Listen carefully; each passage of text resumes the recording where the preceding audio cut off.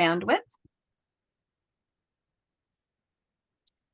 So good morning, everyone, and welcome. This is a sort of a quick overview of the K-6 science program. And we're assuming if you've joined us today that you probably either have just gotten an assignment, or you've just been hired, or this is kind of last minute and you're not sure what all it entails. So welcome. We're hopeful in the next 2 hours that we are able to get you up and running and at least feel comfortable enough to start your year and have the information that you're going to need to feel comfortable enough and confident enough to get going. My name is Chris Arski. I'm one of the consultants with the ARPDC consortia for the province. I work typically sort of towards the central part of Alberta, the CART consortia, and I have a super fantastic partner who is always been working with me as well in the science. So I'm going to let Ted introduce himself as well. Good morning, everybody. Welcome. Thanks for taking time out of your day here with us. I know it's a really busy time for you, so welcome here. Yeah, I am Ted Zeroni with the Edmonton Regional Learning Consortia, so work mainly around this area here, but certainly working with Chris with the Science Provincial Province-wide. I'm coming from you from Sherwood Park this morning, and it looks like a beauty day, and hopefully this presentation is going to get you started off on the right foot. So before we actually kind of launch into today's presentation, some of you, I know by the names, some of you have been to the Summer Institute already. This might be a little bit of a review for you, but you might have missed some pieces of it too. So we're going to try and get everything caught up in these 2 hours that we can. But in the chat box, we wondered this morning, just to start us off, if you could maybe just put in short form, what is it you were hoping to get here, especially if you are brand new, you just got an assignment or you just got hired, or what is it you're hoping to get in the next 2 hours? Because we want to make sure that we get as much of it in there as we can. And if there's anything we're missing, we'll try and grab some time at the end, and Ted and I will stay on and answer any specific questions you have, take you wherever you need to go to get you set up. So we just want to make sure at the end of today, you walk away with what you need. So we're just going to give you a minute to put in the chat box what you are looking for in the K-6 science program. And you could even just say, I'm totally new to grade 5, never done it before, whatever, just so we have a sense of what it is that we're looking for.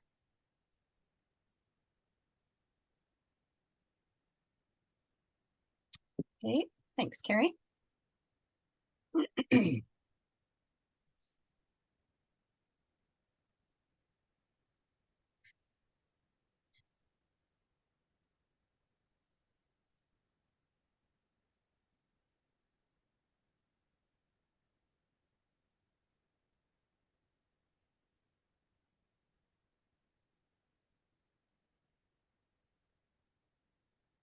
Okay.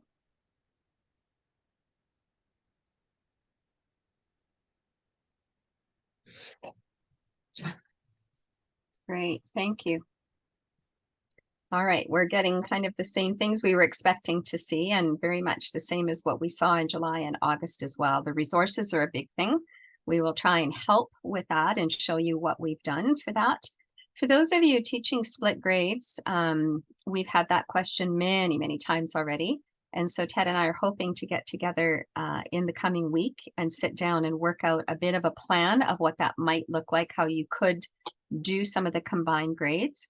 For any of you teaching at a colony school, we do have it's not a program of any kind, but we've had this conversation with the group of colony teachers that I've had the privilege of working with over the last year. We talked about kind of logistically what they could do. We didn't settle on one particular way of doing it, but I do have some ideas that I can share for anybody who's in colonies. You can even just send me an email if you'd like at the end, and I will share that with you and kind of leave it to your own devices. We meet as a colony collaborative, and so we try to plan around those kinds of things and make it work for those of you teaching multiple grades. But we will try and get something together for you to see if there's a good way that we can approach the split grades, because we know that some of you are teaching in triple graded classes. And so we want to, again, be cognizant that maybe we can help out somewhere there. Ted, anything you want to add to that? No, that's perfect. That's exactly right. I think that split grade something is we want to address sooner than later for sure. Yes, and ideas to take the new curriculum outside. Yes, absolutely. Okay, well, I think we're going And to just get maybe going. one other point that we will get a recording of this meeting available. I see a comment there about a recording, and there will be one available for everybody after the session. You bet. And we'll be sharing as we go along, sharing links in the chat box. So kind of have yourself ready to grab those and put them on your desktop for whatever grade you are teaching. We'll try and share as much of it with you today as we can. But we'll also take you to places where we will show you where to find materials. If in the event, we're not available or you're on your own and you're trying to do some planning, we'll show you where you can find some of the things that have already been done and to get you going. Okay, so let's get started. Well, maybe. Okay, come on. All right, I'm frozen, Ted. I have no idea why my screen is frozen.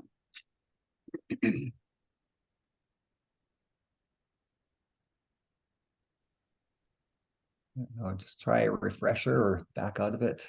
Yeah, I think so. Maybe we shouldn't have started talking about things updating. It absolutely hexed us this morning. Yeah. Okay, I'm just going to pause our recording for a minute so we're not getting dead time when you're looking at this. I don't know if you does. All right, well, we're going to try it again. Hopefully everyone can see, and you can just tell us in the chat box if there's anything, if you're not able to see the recording or the slide deck. Okay, so as we do our sessions in science, Ted and I have already been doing presentations. Just for those of you who are brand new, we did do a complete version of the K-6 in the pilot sessions. And then when the curriculum changed significantly at the end of the this last release, we went through and we are redoing them again. So we will share all that, where to find all those materials with you as well.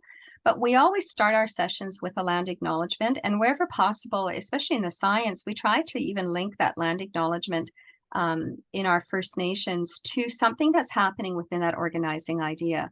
So before I read our land acknowledgement, I'm going to ask Ted just to bring up Stephen Paquette, who's going to talk about why we even do this.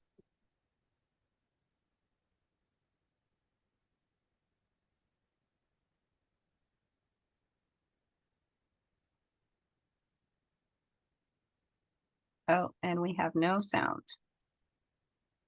Land. We're simply caretakers of it for future generations.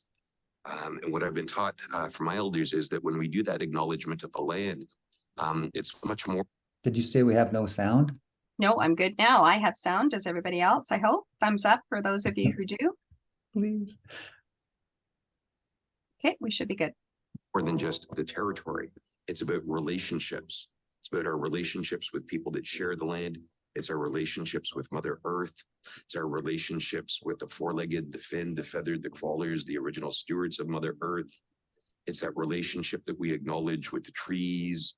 It's that acknowledgement that we have with the plant life that is part of the food chain and helps us exist. It gives us our medicines for healing, gives us food for nutrients. It gives us our medicines for ceremonies. We acknowledge water. Water is sacred. Water is life. And what we're told is that when we acknowledge that water, that we always have to acknowledge the carriers of those teachings, which are the woman. So we do that in the same voice. We also acknowledge the infinite wisdom of the grandfathers. Then we take that to that next level, is which acknowledging that relationship that we have with father-son, or in some nations, brother-son. We acknowledge that relationship that we have with Nokomis, Grandma Moon, and how she cleanses Mother Earth. We acknowledge that relationship that we have with our distant relations, the star people. So when we talk about acknowledging the land, it's so much more so than just acknowledging what nation was on that. As we know through all throughout the history of Turtle Island, is that Indigenous people were, for the most part, nomadic people. they shifted. They would move from season to season. It just so happens that Sheridan sits on the treaty territory of the Mississaugas of the Credit, which I'm very proud to always share and educate with people. But in the same breath, I also acknowledge that many, many other nations have walked this territory and that their ancestors are still here amongst us. So Stephen Piquet has quite an interesting history, and one that you would be, I think most of you would find very interesting to listen to his background. But in even his conversation there where he said, talking about the different seasons, that brings us right to grade 2, winter counts. So there's so much that we can find in science, that we can find in these videos, that we'll try and link those together for you. And again, some of them will be more for teacher information, because a lot of times we hear, I don't know anything about the First Nations. I don't know how I would teach that. So it could be information for yourself, or in this case that you depending on the age of the students, where you want to share the same video with the student. So we'll begin in the spirit of reconciliation.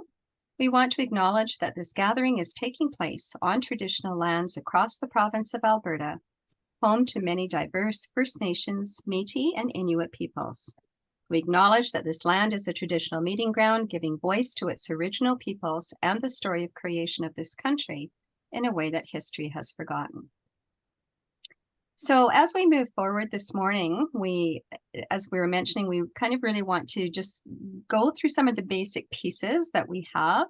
Want to go through some of the documents, the key pieces that you may or may not already have in your possession. So we're going to talk a little bit about those. We're going to talk about, and we'll give those to you in the chat box so that you have an understanding. We're going to sort of work on some of the curriculum comparison documents for some of you who put in the chat box that you were looking for kind of what's new, what's old. So just touching on those. We won't have time in 2 hours to spend the half an hour that we might unpack each one of those and give you time to go through it. So we'll leave that to your own devices after this. But we will show you some of the different key pieces. We'll talk about key language that you need to pay attention to, and then take you to some of the documents that we have as well that will help us through. So if you're kind of wondering how we got where we did, and I don't want to go through the whole background, but as I mentioned, we have already gone through the pilot process, and the pilot outcomes were not quite the same as they are now. So when we show you where there are some resources, you will have to pay attention for things like the word draft or pilot in it, because if those exist, then you need to be aware that those are not the match to the current curriculum, and that you need to be quite deliberate and intentional in checking that you're using something that is a match to the new version. So in May and June of 2022, we basically got together and looked at how do we unpack this curriculum to make it ready for people who are using it for implementation K-3. And we had quite a few school boards that were actually implementing it in the pilot year. And so we looked at that, we unpacked it, we worked with groups of teachers, we got feedback from teachers to see, what was working for you, what wasn't working for you, what language did you need? We asked the same questions. What do you need? Resources was a big one. Unpacking and understanding was another one. But we also got feedback from the teachers to look at, what's the order that we would do things in. So you can probably just click right through those, Ted, and I'll just talk to the individual dates. So we started in May and June. We worked with pilot teacher groups at that time. We looked at how we might break those up and how many people were going to actually pilot. So we tried to gather as many of the pilot groups together to give us that feedback and to work with us as we delivered our sessions. And as we began that session, got feedback, got questions, we refined. And you will notice that if you watch sort of some of the pilot ones that Ted and I did to some of the ones that you're going to see, the most recent ones on Matter, they look very different, because we actually, every time we do a session, get together afterwards and say, we could add this, we could add that. So we've been morphing this and growing it as time goes on. But in the end, we had about 330 teachers give us feedback. So we feel comfortable that what we're sharing with you is at least giving you feedback from your colleagues. And it's not a perfect set, but it definitely will give you enough to get going and enough to give you some information as to where I could find a starting point. And so March 17th was the big change for us. We had unpacked, as I said, all of the organizing ideas. And then the March 17th release of this current document that you're going to receive today was a significant change. And so we went back, retooled everything. And so we're now in the process of going through it again. And you are more than welcome to still register for those sessions. You can kind of parachute in now at this point, and we'll show you where to find the materials that we've already done. So let's talk a little bit about the architecture of the new curriculum. And I know for sure that you're probably not new to it, but I do want to just make sure that if you just got hired, that you might be feeling like you're sort of treading water and trying to figure out where you're going to go with some of this material. So in science, if you are used to teaching the old science curriculum, we used to have topics in science, and we no longer have that. All of the strands in math, topics in science, ELOs that we had in LA, etc., have been replaced by the word organizing idea. So we are talking about organizing ideas in science. And the reason you're seeing that spiral approach is it is very much now a spiral curriculum. If you listen to any of our sessions, we always talk about science in a box. And science in a box is what we came from, where you could logistically teach your science in your grade and really never actually have to worry about what happens in the next grade. Because in kindergarten, in grade 1 and grade 2, grade 3, you had your own 5 topics, and really they were discrete. And when they moved to the next grade, they started another 5. So if I happened to miss one in one grade, it really didn't impact my success or failure in the next grade. That is not the case now. What we're finding is that organizing idea is spiraled all the way through. So it's like math, it's like language arts. What I learned in one grade feeds into and becomes foundational information for the next grade. And so that's a key piece to know that we need to make sure we understand that as you unpack the curriculum this year for K to 3, if I'm a grade 3 teacher or grade 2 teacher, for example, grade 6 teacher, the children may not be coming to my door with the prerequisite knowledge of having already gone through 4 years or 2 years of the new curriculum. So there is some bridging that needs to be completed because there will be key concepts that they might not know.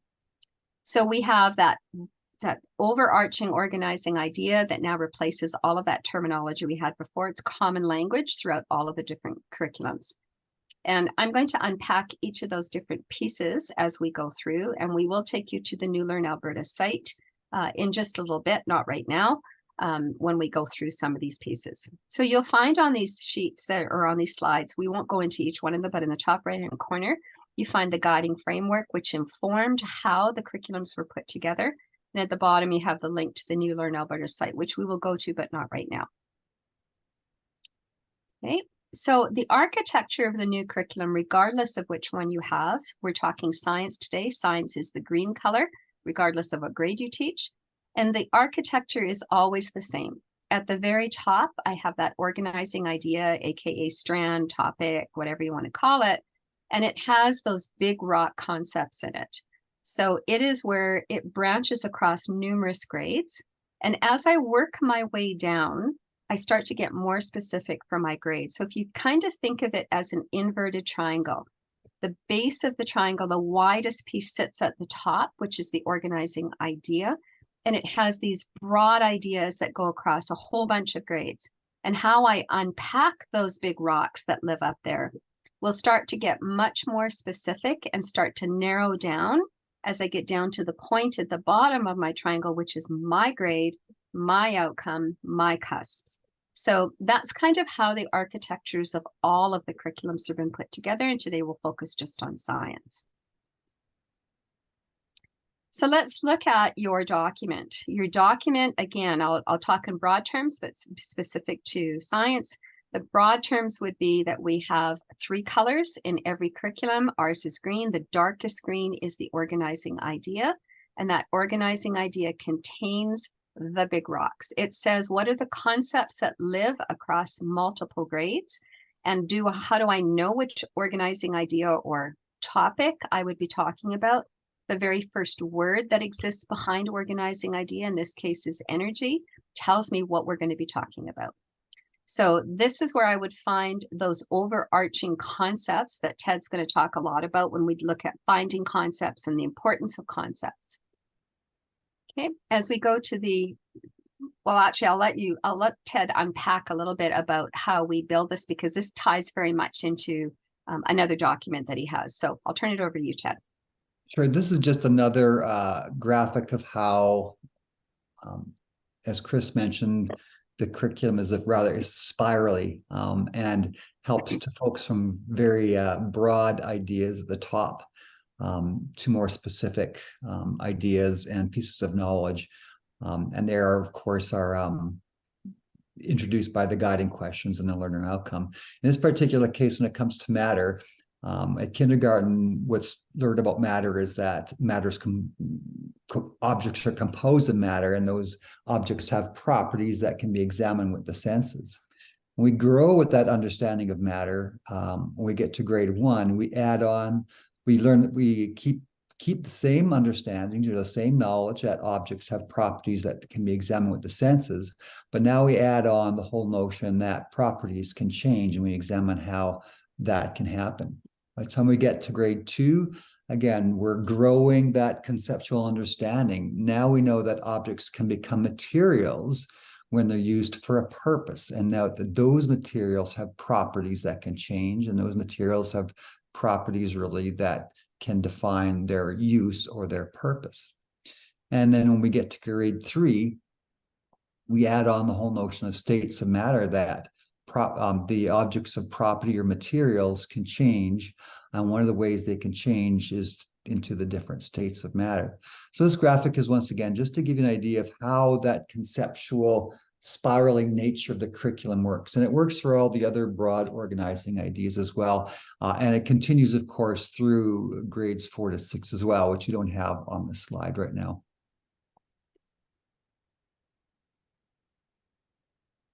So there is go ahead, Ted.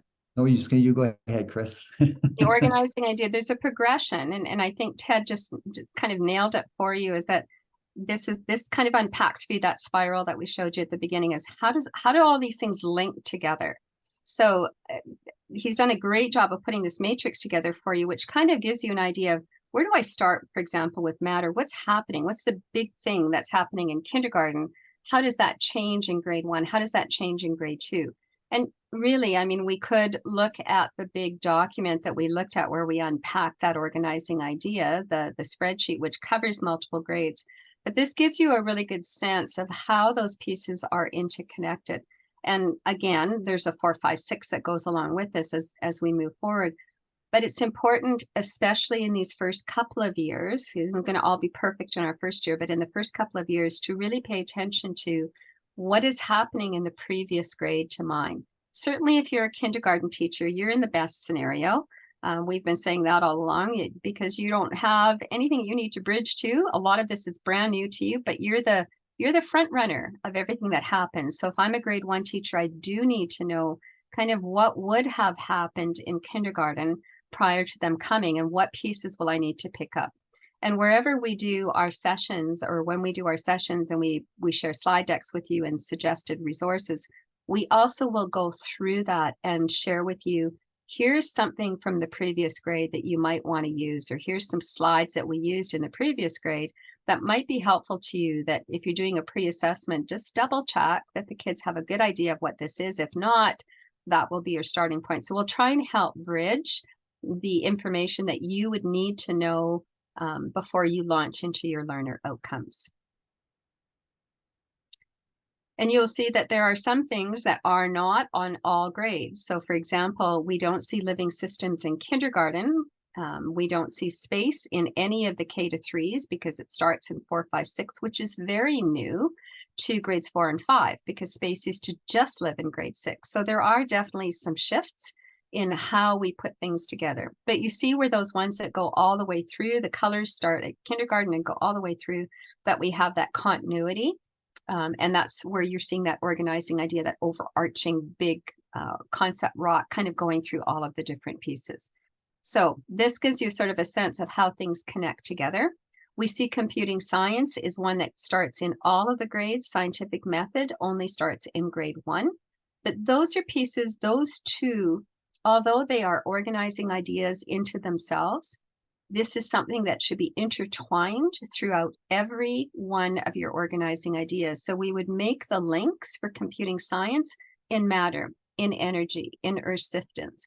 We would tie in the scientific method, especially when we're doing activities with the matter, energy, or system. So these are not to be done sort of one and done as I'm doing matter and then I'm moving on with scientific methods. We expect to see those in as we go through, and we will be commenting on those at the end, but sort of to give you a sense, the computing science, we have a consultant that works just in the computing science for you, and she's gone in and created 10, 15-minute snippets specific to each grade, specific to each organizing idea. So if I'm a grade 1 teacher in matter, when I get into the matter presentations that we've got for you towards the end, Ange will come in and say, you know, grade 1 teachers, here's how you might put computing science into matter in grade 1. This is give you some ideas. So there's lots of supports that we have for you. You don't have to feel like you're kind of on your own. So again, what you have here are the organizing idea progressions that you're seeing, and they're done by grade. You're kind of seeing that sort of template that we saw before, just sort of played out here and gone through. Ted, anything you want to add into those?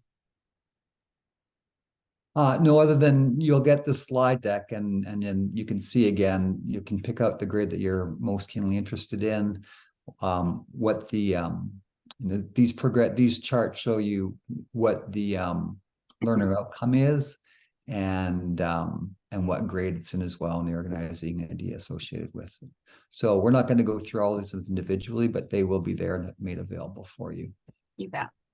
So the guiding question is the second color, slightly lighter, that you will find. And unlike the organizing idea at the top, where you see there's no barriers, that green color goes all the way through uninterrupted. The guiding question has sections and blocks that are specific to each of the grades. And the guiding question is a question to prompt sort of thinking and wonder more for you, the teacher, than the student. It was not intended to become an I can statement to put on the board for the students. It was really, if you read that as a teacher and you start thinking about how might I answer that question, that should help prompt the planning that you're going to do for that unit. So you're thinking more in terms of you as how would you answer it in terms of the progression that you might use for the students in unpacking it for them. So it really does tie to your specific learner outcome. So you're starting to get that inverted V that we were talking about, the triangle. The broad base at the top, you're getting a little bit narrower as I get into the guiding question. And it's different guiding question. They're linked together, but it's a different one for each grade. And then I'm moving to my specific learner outcome in my grade, which really is going to say to a student or to a teacher, this is what the student needs to know, do, and this is what I'm going to report on. So we can maybe go to the next slide. So the learner outcome is just for your grade. All right. It doesn't link to multiple grades. It's just your grade. And it is the specificity of how you are unpacking what was upstairs in that organizing idea. And each of the learner outcomes is what we are reporting on. That is what we are required to be able to say to parents, yes, your child meets this learner outcome in the grade. In this case, in kindergarten, it says children explore movement of objects, humans, and other animals. So that is what we have to be able to say they have mastered. And how do I know they've mastered that? I look in the 3 columns that are below each of the learner outcomes for the grade, and those have 3 columns called cusps, which are the first 3 letters of each of the words of knowledge, understanding, skills, and procedures. And what that does, it unpacks even more specifically, what does that learner outcome mean in my grade that I'm going to have to make sure they know and are able to do. So let's look at the first column, which is the knowledge. And the knowledge are generally the factual pieces. Regardless of what subject I'm in, it's the pieces I have to make sure that I know as foundational knowledge. And so it's going to be straightforward. Some of this is going to be straightforward teaching. Sometimes it's a definition, showing me a definition and examples to go with it. Can I connect an example with a definition, right? It's that straightforward, yes, they've got it, no, they don't. Because you can't ask me to apply knowledge. You can't ask me to think deeply if I don't have the foundational knowledge. So this is where you're going to find a lot of that kind of information is in the knowledge column. And I have to teach that. It's called very surface level. Surface level is everybody's got to do it because we have to know that before I can go forward. The middle column is really the most important column in any of these curriculums. So the middle one is called the understanding, and it really has its intent is to make sure that we've tied together the understanding that of the knowledge, whatever I've taught the students in the knowledge component, as well as the skills and procedures combined together. So it isn't about just a checklist of saying, yeah, I did all this stuff, check, check, check, check in the knowledge. And then I went over here in the skills and procedure and went check, check, check. And because I did all that, I just the surface level, they know it, the meaning of it, they can match it. That doesn't necessarily mean I understand it. So the understanding is the piece that we really want to spend 80% of our time working towards, is connecting the relationships between all of those pieces that we just taught in knowledge. How do those fit together? And starting to get those towards the understanding. And our third column is the skills and procedures. And the skills and procedures really are the components. Well, did we get booted out? The skills and procedures are the components that we have that we are looking at the doing. Like, how do I demonstrate? How do I do? It has the verbs in it, like the move, the identify, the observe, represent. Like, those are the words that we will see in skills and procedures. It is not the only place you will see the words. They will often occur even in your learner outcome, guiding questions, sometimes living up in the organizing idea. But they are the doing pieces. And do the students know how to connect the knowledge to the doing? And those are those rich relationships that we're trying to build. And how I build them is really defined and outlined by the connections that are stated in the understanding. So this is a combined 3 columns. It is not about taking a checklist and saying, I did this, I did this, I did this. And just because I did it, that I've done that whole, I must have met the outcome. That does not necessarily lead to understanding. So if you think about good assessment strategies, we teach factual information. That's the easy part to assess because those are generally right or wrong, multiple choice, in, out, fill in the blank, right? Those are easy. But that's just straight surface knowledge. Where I want to be is that 80% where I'm spending time in connecting, in the understanding. And we will really unpack that a whole lot more as we move forward. So the cusp is really important, and that's the piece we want to go to. So now we're going to take you to what we call the numbered outcomes document. The numbered outcomes document is really the same document you just looked at.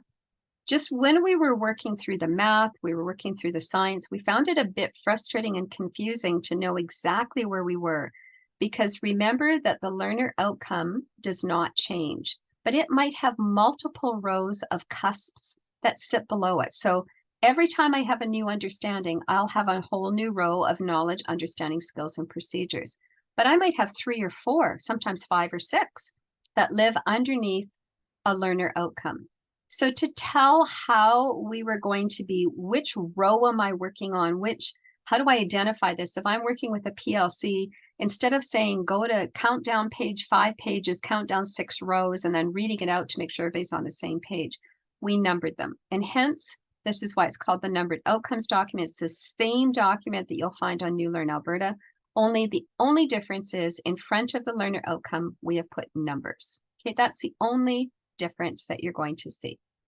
Okay, so when I look at the top, just so that you see that, and I see there's an error in the grade 1 there, right off the bat, but let's look at the top so you learn how the conventions are put together. So the very first thing that you will encounter is either a letter if you're kindergarten, or a number if you are a grade. So if I'm grade 1, it'll be 1. If it's grade 6, it'll be 6, so on. The next item will be the organizing idea. So we have a legend to show you, and we'll show you where that is. of how we put together the matter, what we're going to use for living systems, what we're going to use for energy, etc. So it tells you which organizing idea I'm working on. Behind the organizing idea, you will have a number. And this reflects, is this the first learner outcome that was listed in the document by Alberta Education? Remember, we did not change the order, anything, nothing has changed. So if this is the first learner outcome, which in the example for kindergarten, it says children examine properties of objects. That was the very first one that Alberta Ed put into the document. So we numbered it number 1. But if it had more than one row of cusps below it, that's what you're seeing in the second half. If there's a decimal behind it, it reflects that there's more than one row. So in this case, 0.2 tells me that this is the second row of cusps that fit with this learner outcome. There might be a 0.3, which means there's a third row. There might be a 0.4, which means there's a fourth row, and so on. So when you get a copy of the document, what we'd like you to do is, once you've uploaded it, we'll give you a minute or two to bring it up on your screen, first of all, but find your grade. It's been numbered all the way to grade 6. So you're not left out there, upper grades, even though it's a pilot year. If we can go to the next page, we can just look at how we would unpack some of these. So again, you're seeing in here matter 1.1.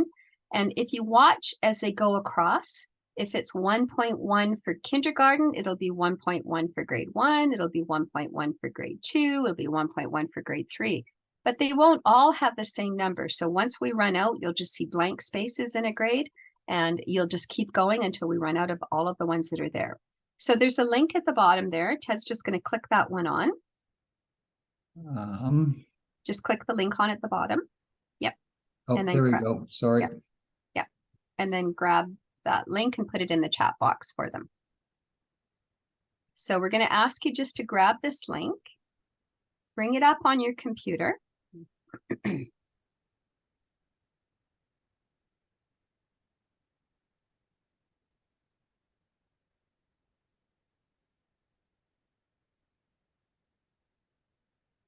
Okay, and it's in the chat box now if you want to grab it there.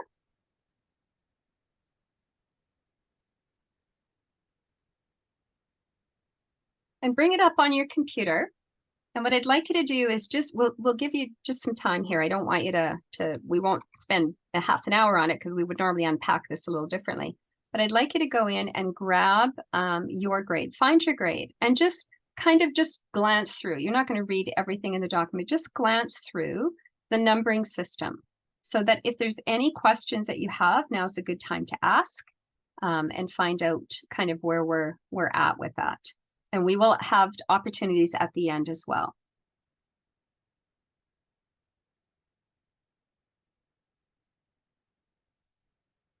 So if we wanted to just use what we see up on the screen as an example right now, if you want to just enlarge it a bit at the top there, Ted, what we'll do is we'll scroll through and we'll just pay attention to grade 1. And you'll see that it says energy 1.1. So let's just scroll through. So that 1.1, remember, is saying this is the first row of cusps that goes along with energy for grade 1. So when I scroll to the next page, I would expect to see the same learner outcome, which I do, and you'll see it right there, and it's 1.2. So the only difference between the document you see on New Learn Alberta and this one is we actually inserted that extra green line where it shows you the learner outcome, just so you don't have to keep scrolling back up to the top to remember what the learner outcome was. Okay, and there is nothing else that comes below that. So now we're into a whole new one. How do I know? Well, first of all, I have 3 different colors. So I'm seeing Earth Systems come up now. And now I'm into Earth Systems. First learner outcome in Earth Systems was number 1. And again, we're seeing 1.1s go all the way across the board, which is telling me each of the grades has more than one cusp in Earth Systems. So as I scroll through, I'm going to see that I'm going to see a 1.2. And we keep going, and I see a 1.2. Let's see if we see a 1.3. We do for all 3 grades. We're seeing 1.3. So let's keep going and see where we drop off. So kindergarten still has 1.4, 1.4 all the way across grade 1, grade 2. Okay, and as we keep going, we're seeing 1.5. So this is why we numbered them, to start if you're working with a PLC, we can say, let's work on 1.4, ES 1.4, 1.5 today, so that you're all working on the same page and you kind of know where that works. Okay, so I hope that makes sense to everybody. We'll go back to our slide deck again. Save that to your desktop. If you're going to print it, what I would suggest you do is print it on 11 by 17, and I would print it in color.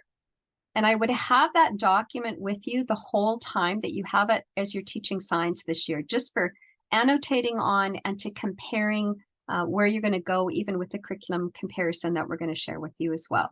So that kind of gives you the first key document called the numbered outcomes document. Okay, we'll move forward. So the language conventions in that document, there's a couple of things you need to pay attention to. So in the top, sometimes when you read, usually in the knowledge, that's usually where you find it, not always, but usually, if you see the word include or including in a statement somewhere, and this goes for every one of your curriculums, not just science, the word include or including means that anything that comes below it is a must teach. In other words, I must have that in my lesson plans somewhere, not all on the same day, but I must make sure that everything that's shown underneath that is covered somewhere in my unit when I unpack it. That does not mean you can't add to it. It's just you can't delete. You might say, I do the sun and the moon, I'm not doing any of the other parts. Answer is, well, we have to because it's listed there as an include. As opposed to, I'm going to go down to the bottom of the slide where it says such as. So for such as, I see bulleted, it looks just the same, but the word such as is flexibility. So they're saying these are suggestions. You might want to do forests, prairies, lakes, and rivers. It might depend on where you live, right? Most teachers say, well, pretty much everything that's into the such as is exactly what I would teach. And that's pretty much what we assume as well. But that doesn't mean you have to, right? And it doesn't mean that you have to use whatever's listed there. You might say, I'm going to do forests, but I'm also going to do something else. And I'm going to use this, and I've always done this, and it's been very effective. So in the such as, you have flexibility, it's your choice, you have full decisionary power. In the middle, we have exceptions. It doesn't happen a lot as you get in the older grades, but sometimes you have words that are in brackets. And the words in brackets are technically the correct scientific term, but there may be the belief that the student isn't old enough, or it might be a little confusing for them at the grade level it's being presented for us to use that term. So you may have a word in front of it, which is kind of a bouncing off or lay language term that you might want to use. Again, we're going to say, initially the belief was that anything that's in the bracket is really for the teacher and for the parent, but a lot of teachers are saying, well, I would still show the students, I would still teach them that in the day-to-day language I'm talking with them. I might not always use that word. I might use the generic word that's sitting in front, and that's fine. So again, we're leaving that to your discretion, but just so you understand why it's in brackets and what it's there for. All right, now some of you had put into the chat this morning, you'd like to know kind of what's different, what was old, what's new. I haven't taught science before, so I'm not really sure what would be different. So we have what's called a curriculum comparison document. If you're working in math, you also have these, but they look a little bit different. In science, it was different because remember, we're changing from topic to sort of this new organizing idea. And so a lot of it was new. And because it's a completely spiraled curriculum, well, everything is new. So when Ted and I were looking through this, we felt that maybe what would be easier is to say, if I were to look at matter, for example, in this case, we have a grade 2 example. So this is a grade 2 curriculum document.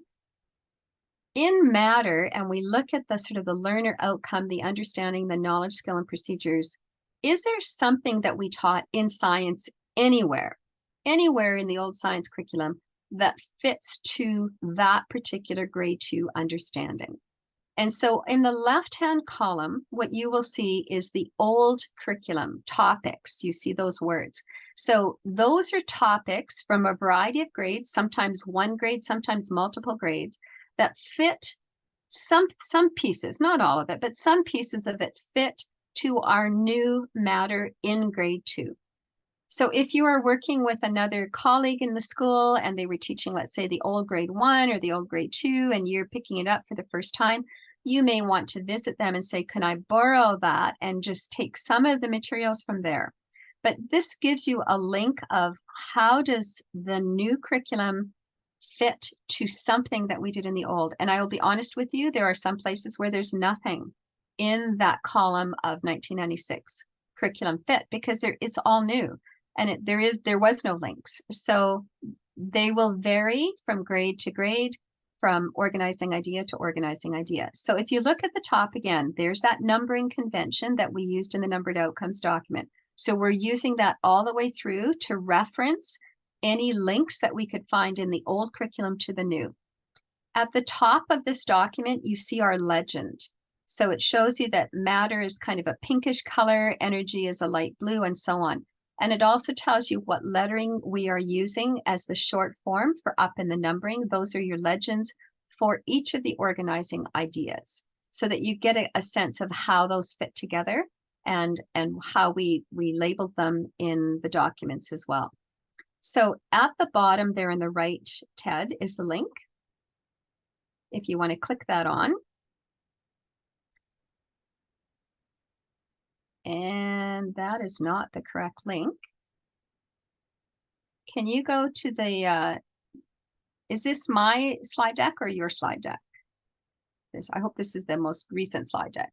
Can you go back to the slides and just see if maybe on the next page it's there? Because these are being drawn from the Google Drive and they shouldn't be. They were all linked to the RPDC. Okay.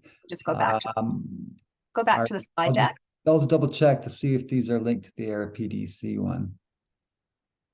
It's saying Drive Google at the top. So okay, yeah. Sorry about that. No, if you go back to the slide deck, just see if it might be on the other page there. There they are. So if you want to just grab them from the bottom. Oh, whoopsie. Yeah, yeah, go out of your slides. Yeah, grab them from the bottom. We're going to put those all into the chat box for you. Grab the one that fits your grade or multiple grades if you're teaching multiple grades. I'm gonna have to shorten my message. All right, we'll try. Just grab me a couple at a time here.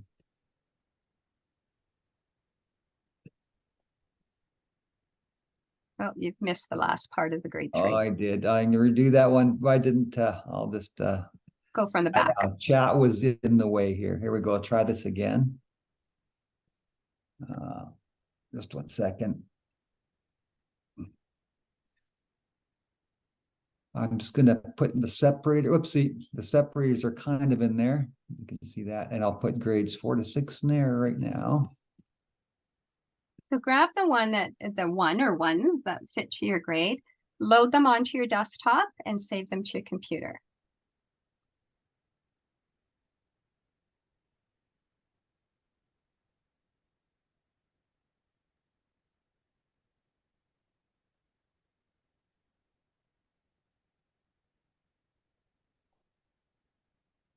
So each one of those has been gone through in that format that we just talked about. So if you look on the left-hand column of whatever your document is, you will see what we found that might be a match for your grade. And then it shows you what you're teaching on the right-hand side. Again, the color coding is simply for us to tell matter from Earth system. So you will see the colors change as we change the different organizing ideas that you need. So it'll change from pink to blue to purple or whatever. So again, we would really want everyone to spend some time having a look at that, but that gives you a bit of a comparison to see if there's something completely new. In most cases, I will be honest with you, most of the teachers we've heard from, and they said there's very little that they've used from the old one because it was easier just to start from scratch and create their new units rather than try and piecemeal different pieces in. It doesn't mean that you can't use some of the activities and things from the other ones, for sure not. But just so you're aware of that. Okay, so let's move on. And we're going to talk a little bit about concepts. So I'm going to turn it over to Ted. Sure, thanks, Chris. as Chris went through the organizing matters with the curriculum and how it's put together, the word concept came up quite a bit. And I'd just like to take a moment just to review what that is. For many of you, it may be something you're already familiar with, but for those of you who are still not too sure, I'd just like to clarify a little bit what a concept is, because it is a foundational part of the new curriculum. And just as review again, a concept is simply an organizing idea, usually a noun, one or two words, with distinct attributes. And there are multiple examples of that concept that can be found and shared. And that's generally how a concept is made. So we can see that in the images there, those are all examples of chairs, and they all share similar attributes that make them a chair. And we could probably decide what they are, but if I showed a picture of a stool, for example, we would say, well, that's not a chair, because we know that there are certain attributes that that stool wouldn't have. So once again, it's a noun, and it's an organizing idea that has lots of examples. So democracy is a noun. It's an abstract noun. But there are many examples of different types of democracies, and we have countries that are examples of democracies and those that aren't. There are things that make a planet, and we know that Pluto was kicked out of the planet realm because it was missing one of the attributes that made a planet a planet. All these things have distinctive attributes which make them what they are. So they're all concepts or organizing ideas. We could find examples of all these things in the world around us. Because concepts are organizing ideas, they're just ideas, they do help us to focus in on things when we want to. If we can imagine playing the game I Spy, if I'm saying I'm spying something that is blue, you would look around the room and focusing on that one attribute as an object with something that is blue. So there's two attributes, object and blue. And you would miss all the other things. You wouldn't really be looking at the red things. You maybe notice the white things, the gray things, because you're using the conceptual lens of something that is blue. And so because concepts help us focus in on things, we can help that notion when we're talking about concepts with kids. For example, take a look at one of the concepts in the science curriculum, ecosystem. We can say, look at this through the lens of the ecosystem. What do you see? And we know that in ecosystems, there's interactions and things going on. What if we use a different lens, such as human action? We would now be focused not so much on the natural and the green parts, we'd be looking at the road. And if I said, look at this through the lens with climate, now you wouldn't be thinking about the road and maybe the lushness of, you wouldn't maybe look at the lushness, but if I said climate, you'd be focusing on those things such as lots of heat, lots of humidity, and so on, which is evident through the lush growth in the mist. So again, just by choosing a certain concept, it helps us to focus in on what we want to look at. So what we're going to do is, I went a little bit too fast, is a quick review of how to look at and find those curriculums in the curriculum guide. As Chris mentioned, they're the vitally important parts, the foundations, and we move from very broad concepts in the organizing idea to more specific concepts that are related more directly to the learning outcome. So if we see the learning outcome in grade 5 in this living system example, reads that students investigate internal systems of organisms and explain how they support vital biological processes. So what are the concepts related to that learning outcome? You can see that I highlighted one of them, organisms, and that's when you see them highlighted several times and you look at them and you see that concept repeated several times, you'll know that that's an important concept that you're going to be really wanting to work with the kids to help fully understand. So what I'm going to do is just give you a moment to see if you can find some other concepts that show up that you think may be important ones throughout this cusp line in this particular learning outcome at grade 5. Again, look for those nouns, those organizing ideas, and which ones seem to be repeating and giving you a sense of there's some level of importance with these particular concepts. I'll just give you a few moments to look at that. And my next slide, I'll highlight some for you. If you're not too sure if you've got them right, you're still unsure of that, that's okay at this point, because as we go along through this presentation and through other ones that Chris and I have done, you'll find that they start jumping out at you quite a bit.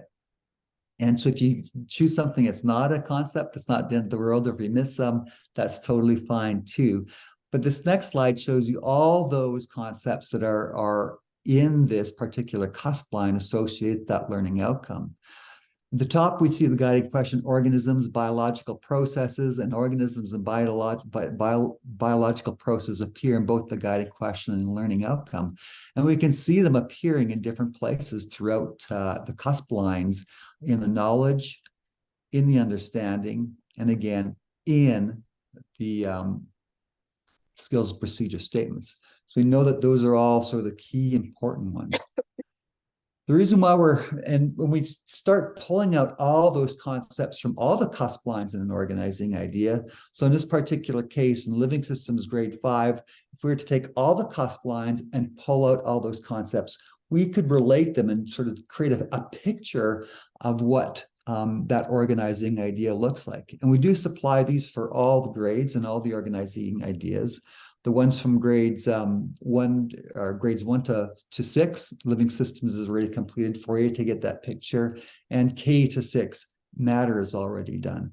But you'll get these, and that what you do with these is it helps you to maybe get a bigger picture of what's in an organizing idea. And you could read through it by following the arrows. All the arrows typically have words associated with them that show the relationship. And if they don't, it's pretty common sense. For example, organisms have different systems. Some of them are internal systems in animals, and some of those internal systems include the musculoskeletal system, the respiratory system, circulatory system, digestive system, and again, which are composed of, we go to the top, organs which have a function. And so that's how you would read these concept maps to see what key things are in those learning or those particular organizing ideas at that grade level. And once again, each of these blocks is composed of some of those key concepts that students would be required to know and understand.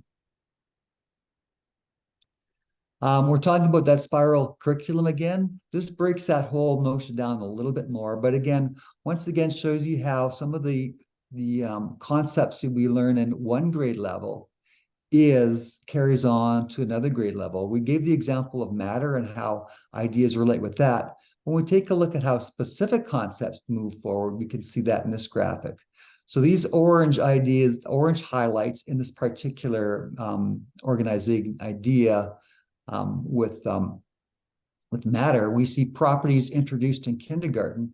That whole notion of properties is expanded and grows through each grade. Finally, in grade 5, we still work with properties.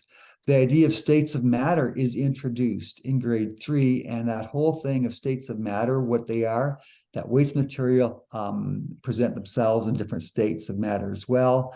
A little bit closer look at that when it comes to forces. And finally, when we talk about expansion and attraction in grade 6, we're looking at states of matter as well. This concept progression document will be made available to you as well. Chris, I'm not too sure if we have a link in here. Yeah, but there is one, pardon me? At the bottom right. Okay, I'm only working one screen, and oh, there we go. I'll share those links with you shortly. But they're color coded as the previous document was, the numbered outcomes document. And this also has, you'll notice that there are some highlights in here. These highlights in here all give you the quick glimpse of where the FNMI pieces are. So you can use this to help identify where those pieces are in the different curricula as well. So I'll just go to that link and put this link in there for you to see. And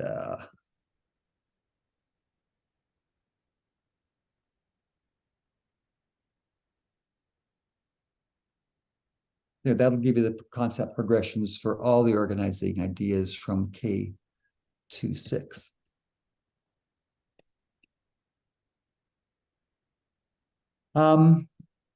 Chris went through the crust, but I would just through the cusps a little bit, but I would just like to go through a little bit more in terms of how they're a little bit more connected. Chris mentioned that with the knowledge piece, that's where we get the definitions of the concepts. So in this particular case, in grade 1 science, we learn the definition of what celestial bodies there, with the definition that's provided in that particular cusp line. Sometimes there are concepts included in the knowledge piece that aren't defined, they're just used. In those particular cases, you may have to go back to a different organizing idea within the grade. So you'd search the curriculum to find that. And sometimes you'll find definitions for concepts in different grades. So for example, if you're in grade 5 and you wanted to find out the definition of properties again, when you do that Google, you'll find that the definition rests in the kindergarten curriculum under matter. So if they're not defined in that particular column, then do take a look for it. And if they're not defined anywhere in the curriculum, you'll have to find a definition of yourself. We're currently building, and maybe we'll share a glimpse of that later on, is a list of the different concepts, definitions that are found in the curricula, in the Alberta Ed curricula. And if they're Alberta Ed didn't supply them, we're looking for some useful definitions that would be helpful along the way, and perhaps some examples of how to introduce those particular concepts that show up in the knowledge piece. We'll share that with you later. But besides the definition, the knowledge piece again provides examples. What are some characteristics of celestial bodies? They all have characteristics. What are some examples? And the examples are provided here. In some cases, once again, examples in that knowledge column are not provided. If they don't show up in the such as or including, for example, in this particular case, it's an including, so we'd have to use all these examples. Again, we'd be invited to find our own examples if they weren't provided. So it's that these concepts are all in the knowledge component. That's where they live. That's where students are going to learn about them individually.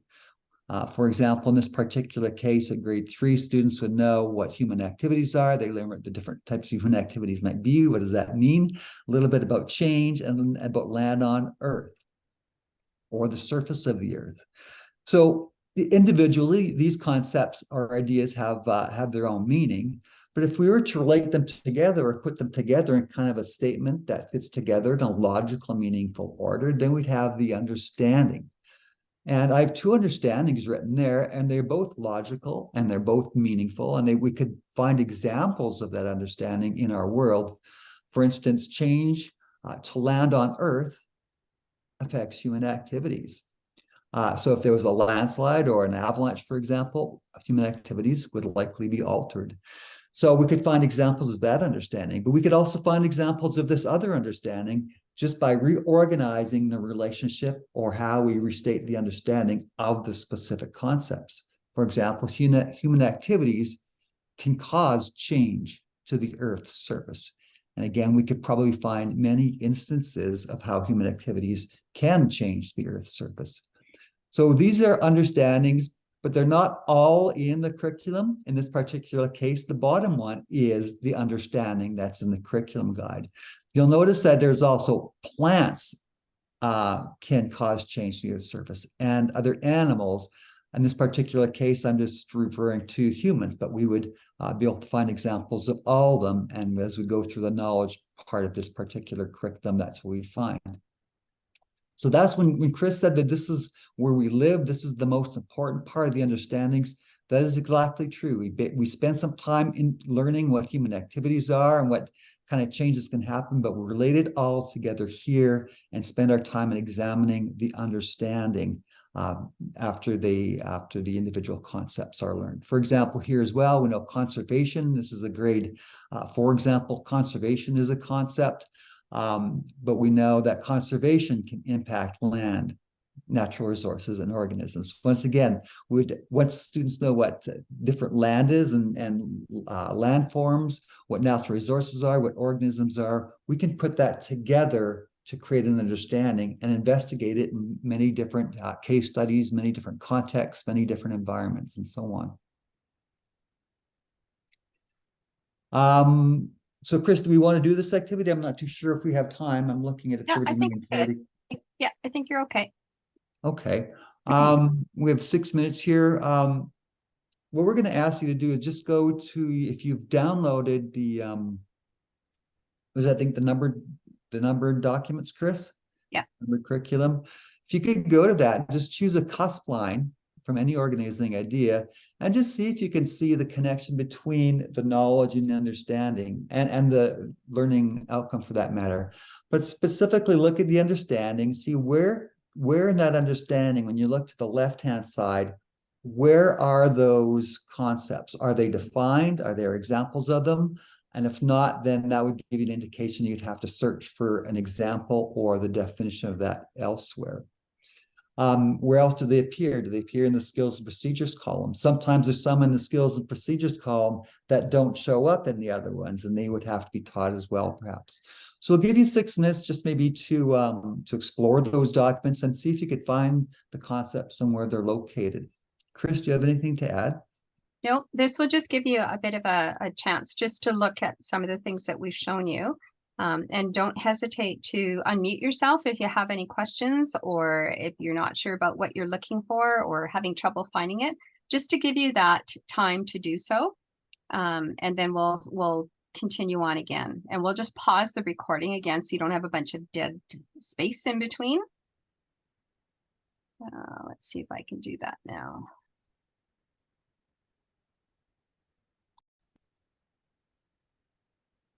So I'm just going to address a question that came up in the chat box because there are a number of you that are in French immersion schools as well. And so for those of you who are brand new and aren't aware, we do have, whenever Ted and I do a session, we have a counterpart, Mary Lou Graman, who is also working with the French immersion, and she takes our resources and wherever she can, she kind of translates it. We know it's not straight across the board.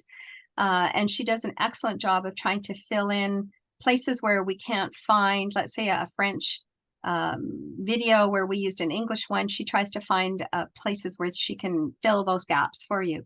And so every time there is a translation that's done like that, she holds sessions that are posted as well, that you are welcome to join in.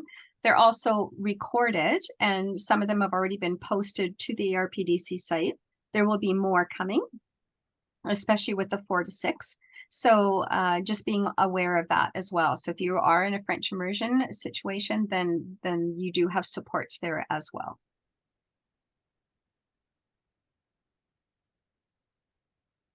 Okay, so we're going to go back to our slideshow.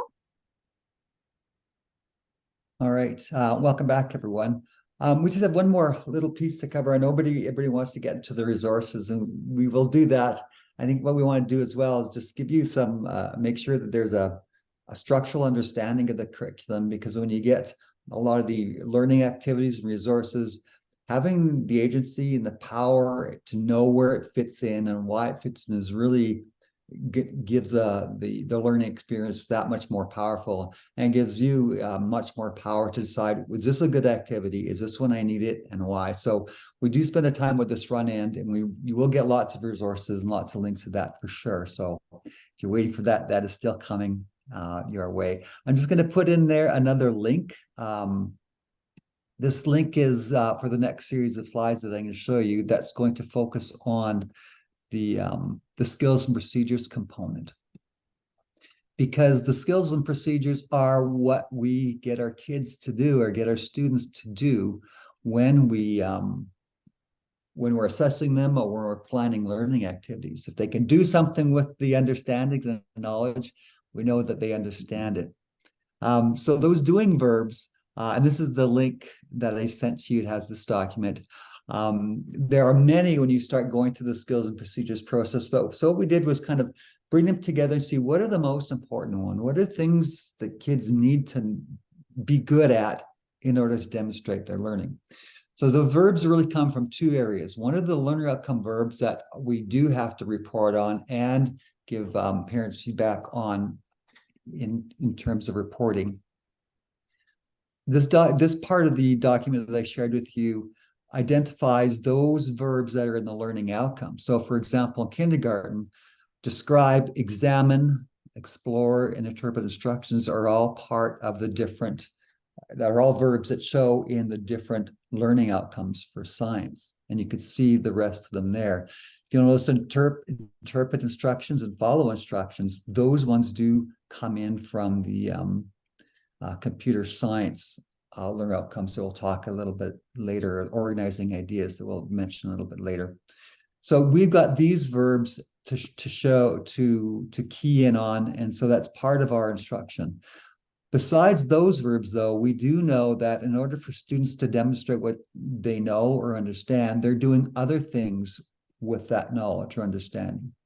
They could be asking questions. They could be classifying or sorting, comparing and contrasting, making conclusions about something they're seeing, describing, examining, and discussing, and so on.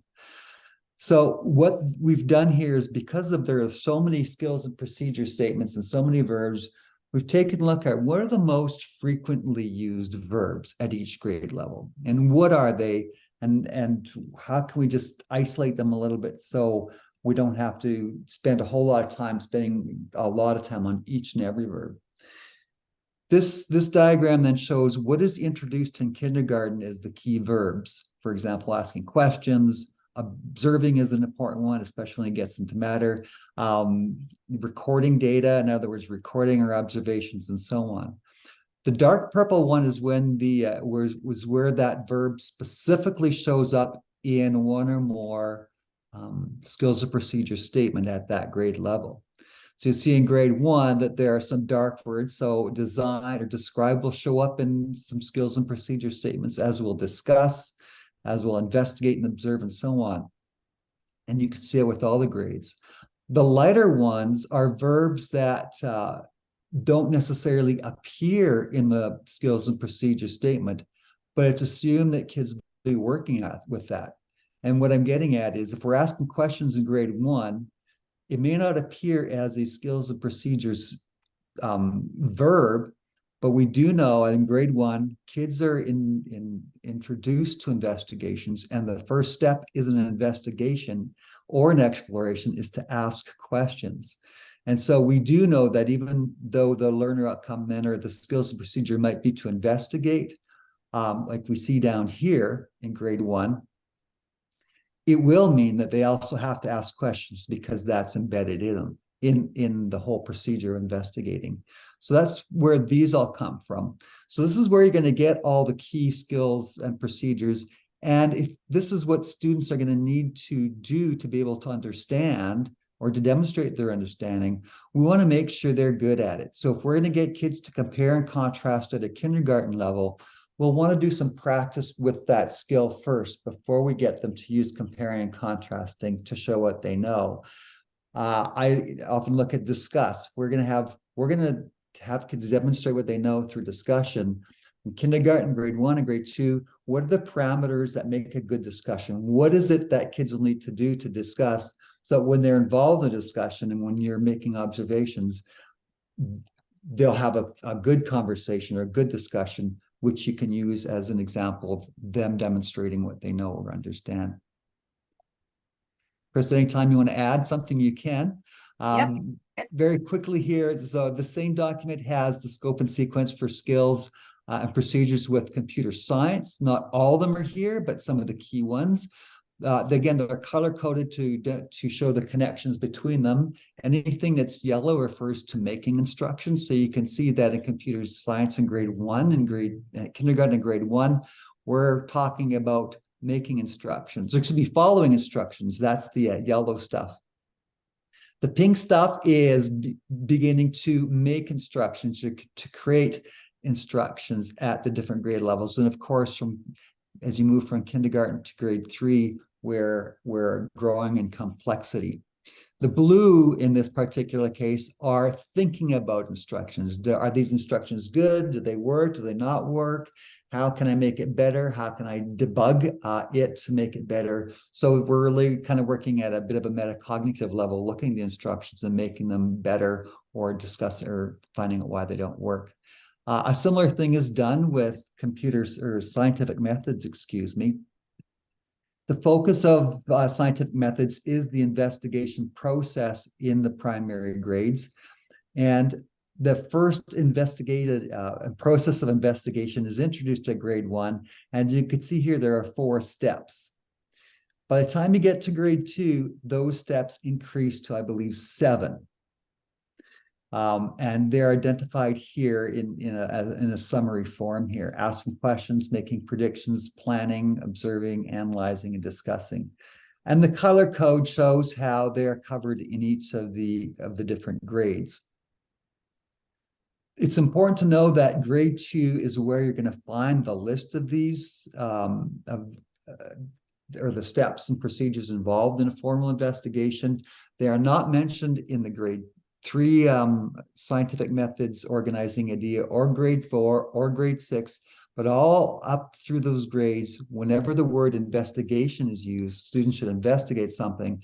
This is the process. So all grades after grade 2 have to come back to this organizing idea to look for it.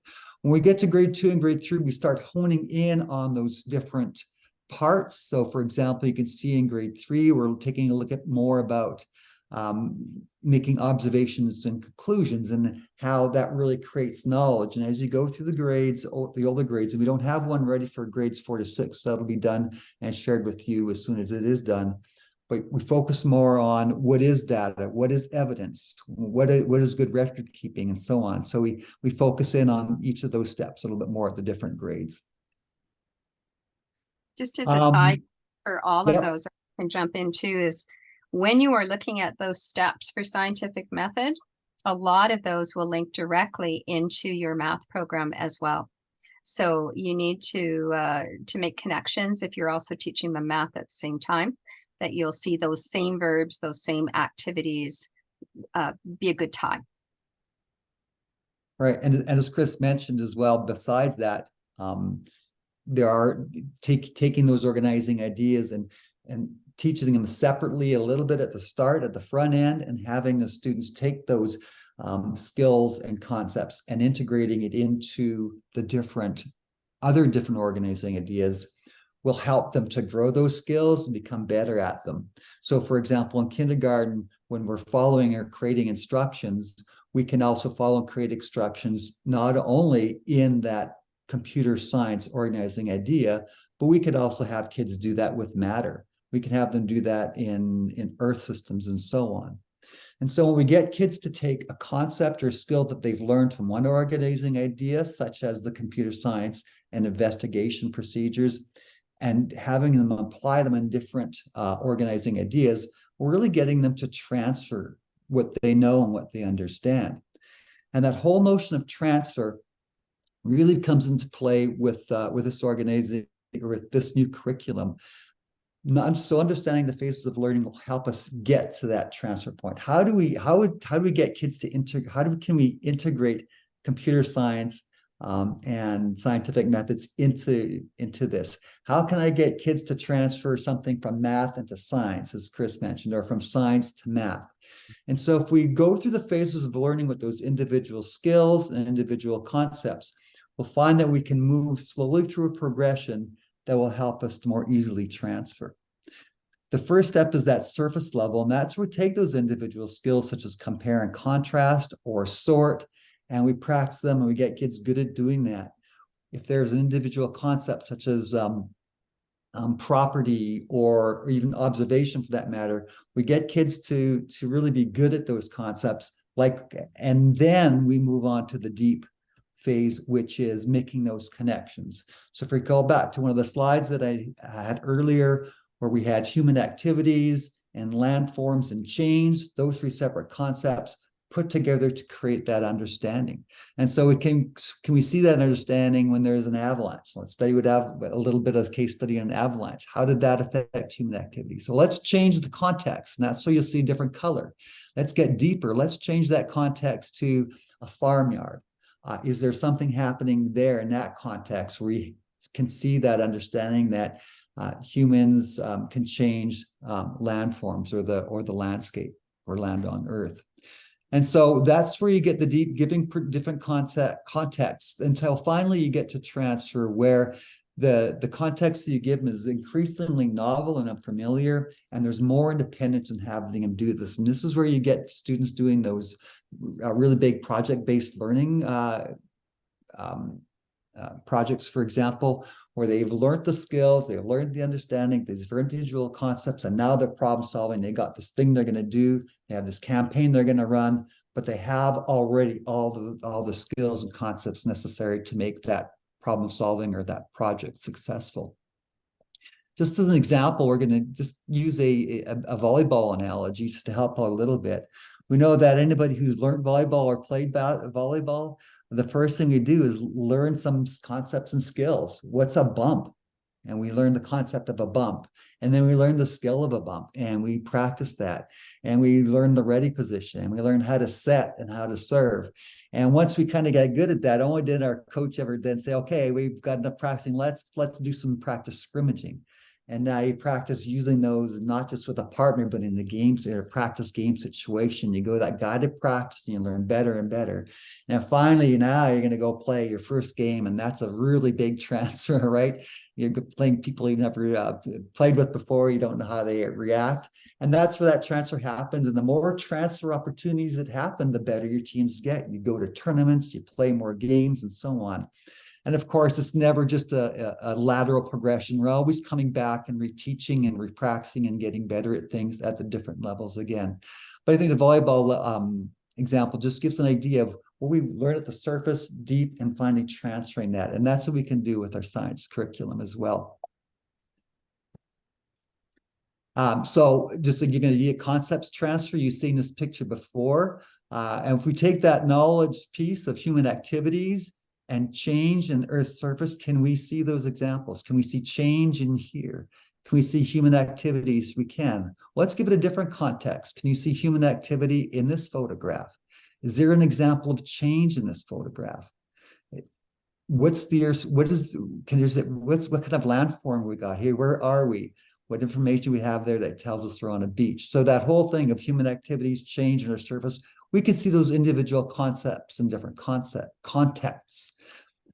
We can also see the understanding in different contexts as well. So again, taking now the individual concepts and placing them back into an understanding statement that human activities can cause change on Earth's surface. Is that true in this example? And now a new context, maybe it was a farming one, now we've got a ski hill. Is that true in this context? And you give kids different contexts, or students, excuse me, different contexts along the way to practice and hone and get better at understanding it. Now, once again, we get to the skills and procedures part.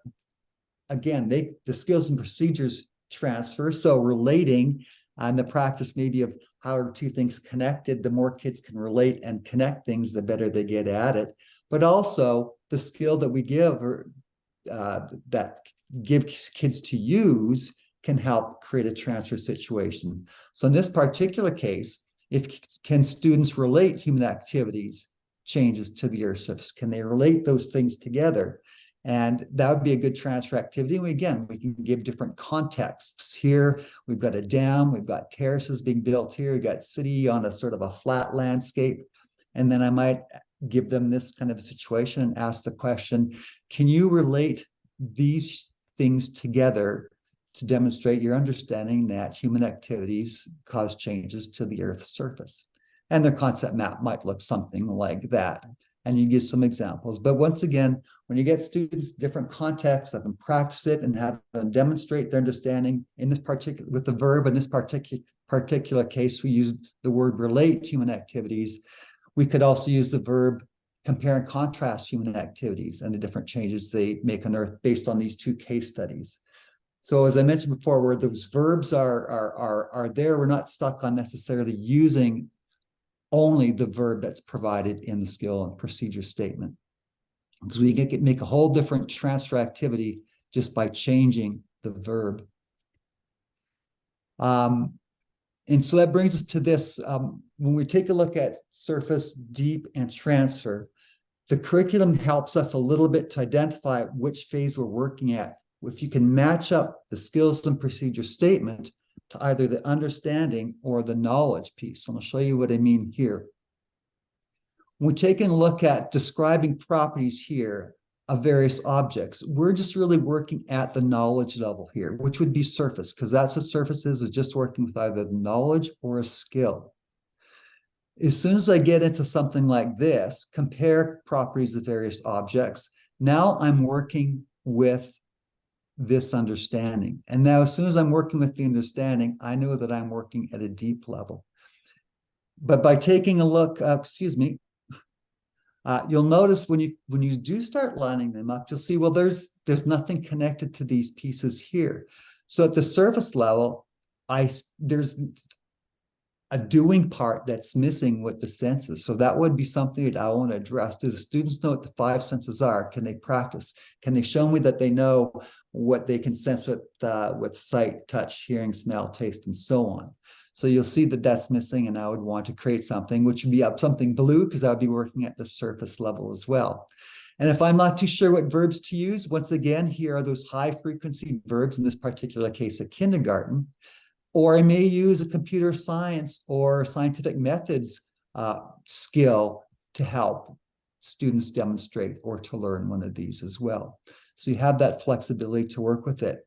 And in that particular case, then, the way the organization you see here, where the skills and procedures are linked up with either the knowledge understanding, what we're working on, and Chris, I'll let you talk about this, is a computer or a curriculum support document that's organized in this way, but also has a whole host of other resources available to you. So I think I'll do that right now. I'll share that document right here, Chris. So the document that Ted is referring to is, these are coming out in the next 2 days. You're getting a sneak preview right now. But in an attempt to try and help support in all of the subject areas, math, science, we're going to be doing it for LA as well, is to try and help you to have a one-stop shop of where you can go. So at the very top of these documents, and I'll just run through them very quickly, we're not going to actually link them on. So if you want to bring that one down, you will find at the top that they have competencies. So there are things that did not change in this ministerial order, and that was the competencies, literacy, and numeracy progressions. Those that have carried over from the 2013 version of the ministerial order. And those are directly hyperlinked to Learn Alberta to help support you in teaching, for example, in this one, grade 1 living systems. Beside that, you will find the concept map that Ted has already talked about. So for each of the grades, we will link those directly in here. And followed beside that will be the documents that we've shared with you, are the concept progressions and skill procedures. So those will be done specifically in each heading for each of the grades. And then the numbered outcomes document that you have right now has also been done. And that will also eventually we'll be linking that to the verbs. We have some work being done at ERLC right now on the verbs that go along with the science curriculum. So that will be where those will be housed in that top corner. So below that, what you will find is the title, the grade, the organizing idea, in this case, living system. You'll have the guiding question for that grade, the learner outcome, and we're still using the numbered outcomes document. Below that, you will have a summative assessment. If we have time to embed them right away, we will not. I want to say to you right now, these are living documents. So you will need to check back frequently to see what's been added. So we will be continuously updating and adding to each of the grades, adding more summatives, whatever, but there will be a link beside that summative assessment, which will contain a sample, just that, it's a sample that you will be able to use. Anything that's in the document for assessment will be hyperlinked in such a way that you will be able to download it and edit it. So if you want to scaffold, you want to differentiate, you want to add some of your own questions in, you will have that opportunity to do so. When we go below that, if there are multiple cusps, you'll find the hyperlink. So I don't have to scroll through the whole document. If I'm just working on the third one, I can just go there. But below that, what you'll find in each one of them is the prerequisite knowledge that they need. And that will come hopefully directly from what we've been talking about in our sessions. Vocabulary has been listed for you that are specific to that particular area. For those of you that are working in I know and I can statements in your reporting, those are listed below. And again, those will be expanded on as we go. And so those documents will be encompassed throughout as we move forward. Okay, and then below that, what you will find is your original understanding skills, knowledge, understanding, skill, and procedure. So you're seeing exactly what we just showed you in the numbered outcomes document in the brown. Only what we've done is, as Ted showed you with the color combination just a few minutes ago, some things are just knowledge. Some things are already linked together And so we are putting those into a skill and procedure that's being linked with the understanding. So each of them has their own row. What you're finding beside each of those rows of the cusp is a middle column called the sample activities. So this is where you can go to get some ideas of how do I teach what's in the left-hand side. Some cases, the teachers have linked it to our slide decks. In some cases, they put in their own activities. In the middle, you will find computing science and scientific connections, computing science. So this is where you find scientific methods. Anything that Ange has done for you specifically in your grade in that organizing idea will be housed in there, as well as any scientific methods that Nicole Lamoureux, which we'll talk about in a second, has done that links to what you're doing has been housed in there. We have a new column, which won't have everything in it right away, but we're encouraging as you start using these documents to give us feedback, but also to share with us what you would have put in that comment, and we will just keep adding your ideas into these documents. So this is a let's all work together smarter, not harder, and do it all by ourselves. Anything you want to add, send it to us, and we will look at it, place it into the right places. The middle of that column that's empty right now, our teachers were saying, where can I go for an excursion? What should I look for to go outside and make this real? So that was one of the questions in the chat box. Are there ideas that people have used, like going to the post office for this, going to Discovery Center in Nisku where they do the oil? Like, what kinds of things would you look for? And that might prompt you to think, oh, well, we've got that in our town. I could do something like that. So give us your ideas that we can fill in there. And then in the assessment column, these are called formative assessments, not summatives, they're formatives. And so the formatives are, what are some ideas, surface or deep, that I could use as quick tests, sort of quick overarching questions, not necessarily paper pencil tests, but how do I just check for understanding that they're getting where they're supposed to be going? So this is what you'll find in that column are just sample ideas. Again, these are growing with time. Below that, you'll have a section on resources. So we have a team that is working on linking the First Nations, the Indigenous lesson plans. If there's something that was really specific that would fit to this particular cusp, we're putting it in there. And if we have additional websites that would be helpful for you, those have been linked in there for you as well. The NCETM is actually more of a math connection, but we do have some that we're going to fill in there for science. This is from the UK, and the UK has done a lot of work with their teachers already in putting resources together, and they've given us permission to use those resources. So we're going to link in whatever we can find. And then we have Karen, who's gone in and looked at, are there any gizmos? If you haven't done a gizmo, you need to really spend some time doing that. But in kindergarten, grade 1, grade 2, they're limited because they really kind of start at grade 3. If there's any gizmos that fit well with your cusp, then she has linked them in there for you. If you have never been to the Explore Learning site, the link is there for you to request a login and password so that you can go in and see other things that are not posted to the New Learn Alberta site. So this is meant to be a one-stop shop. And as you go through this document, you'll find that any number of cusps, it repeats itself. So everything that I just covered goes on. We give you more additional illustrative examples as you go through. So it's always connected to whatever line and we're on in whatever cusp that you're working in. And then when you scroll to the very bottom of the document, the very last pieces that you will see, this one's got lots of cusps, so you see lots of information. You see this thing called literacy connections. So if there are books that we have already found that also fit to this as well, we are listing those in this document for you as the teacher if you're looking to buy something, but also if you are looking to have something in your library. So the librarians are using this so that they can find what they have in their libraries and tag it to the right learner outcome or organizing idea for you. Or if you are looking to buy something in your school, maybe these are some suggestions and samples that they can use. So these are living documents. They are going up live to the New Learn Alberta site. Sorry, not to the New Learn Alberta, to the ARPDC site. which we will take you to shortly as well. So I will just give you a sense of what those look like. These are also going up in math. So K-3 math is completely finished and will be posted as well.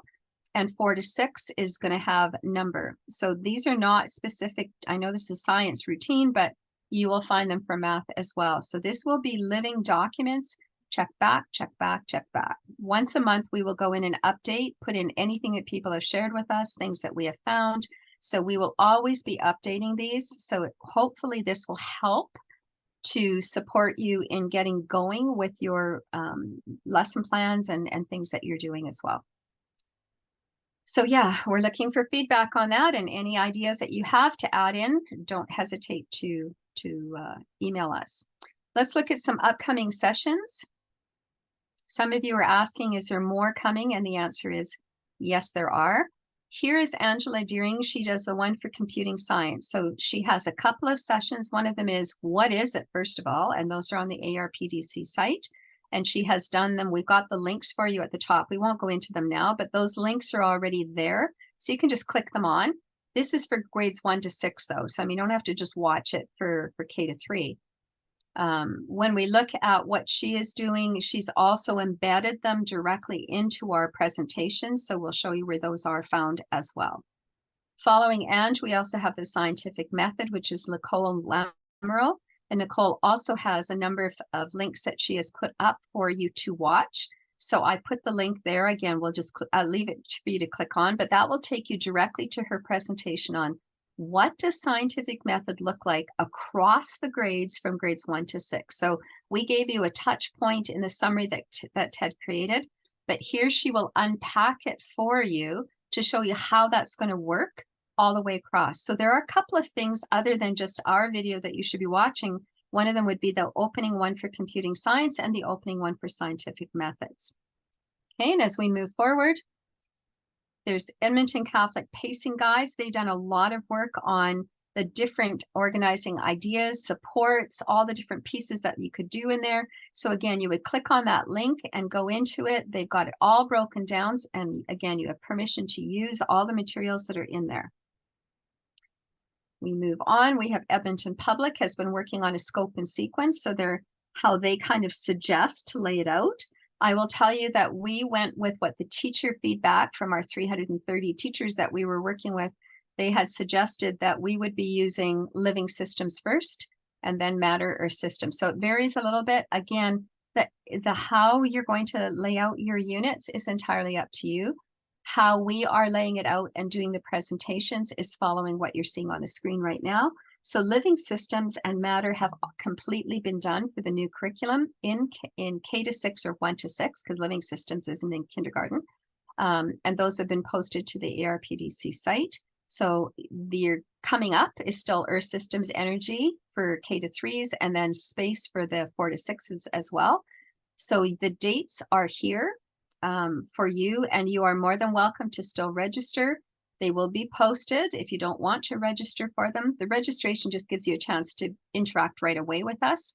But I put the links at the bottom for CARC and ERLC if that's something that you're interested in. And then you can see that we have a space as well. For the space 4 to 6 teachers, once we've done space, we also have dates in February as well as in May, which are for assessment. So we decided in 4, 5, and 6 that we would, once space was done, go back and look at how could we create maybe a year-end assessment. What might that look like for a grade 4, 5, 6 teacher, because you're more inclined to have a year-end assessment than a K to 3 teacher or a student would. So those are also up on the website already, and you can register for those. All of those are at no cost to the teacher. So feel free to join us at any point. What happens in the session is listed there for you. So you get the organizing idea. We go through and unpack the whole organizing idea for your grade. The concept map is put in there, so it helps link the big concepts that live in there as Ted showed you. We talk about where we are in the numbered outcomes document, how do we unpack some of those.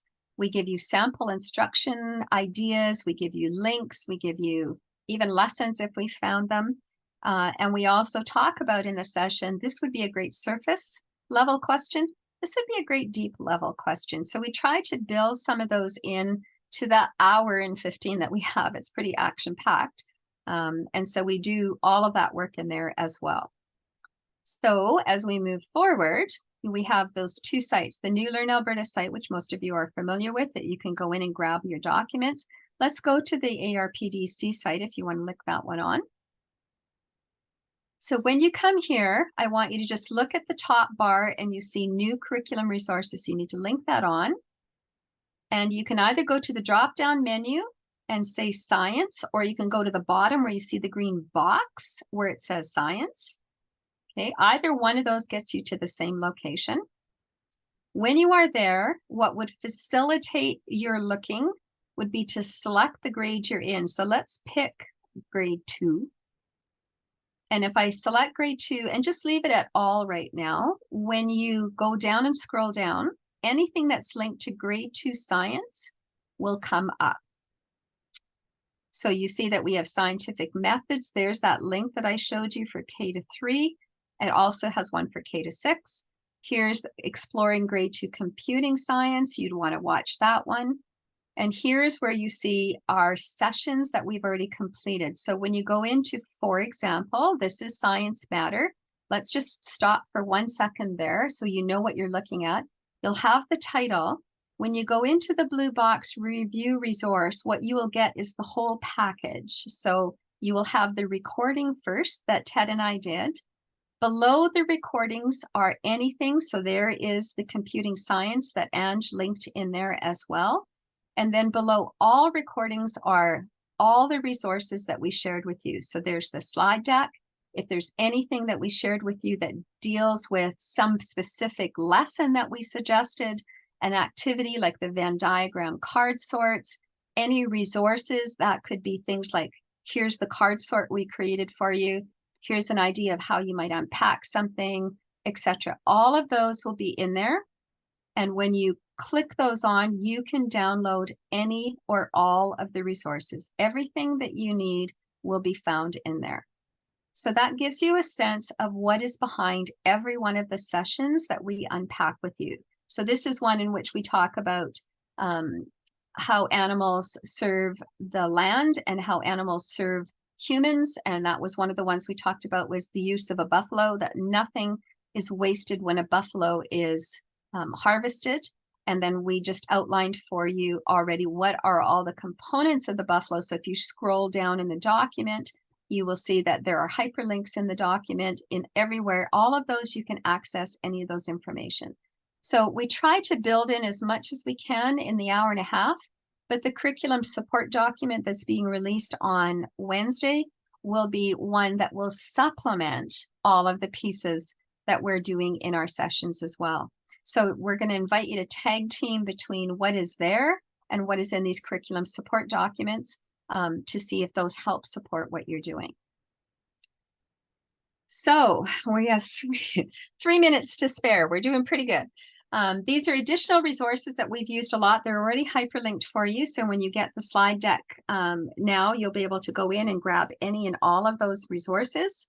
So on the end slide, you will find our links. You will find our emails if you need to get a hold of us.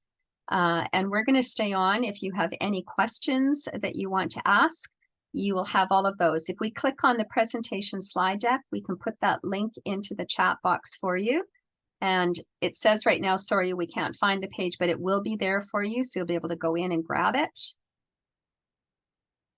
So just stick that link in there so that they know where they're going. And there's our emails if you need to get a hold of us for anything. If you have any questions, especially for those of you that just kind of got hired and are saying, I don't know where I'm going, please don't hesitate to email us. You don't have to wait for a session. Ted and I'd be glad to give you support to get you going and show you if you can't find something where it is. Don't spend your time spinning your wheels trying to find it and losing time. So please don't hesitate at all to just launch in. Yeah, we're pretty quick on the email, day or night. You bet. So are there any questions at all? Like, just unmute yourself. It'll be faster than trying to type it in a chat box. If you have any questions, something that we didn't answer or we missed it or you need to go back to, just ask away. We will stop the recording as well, Chris. Sure.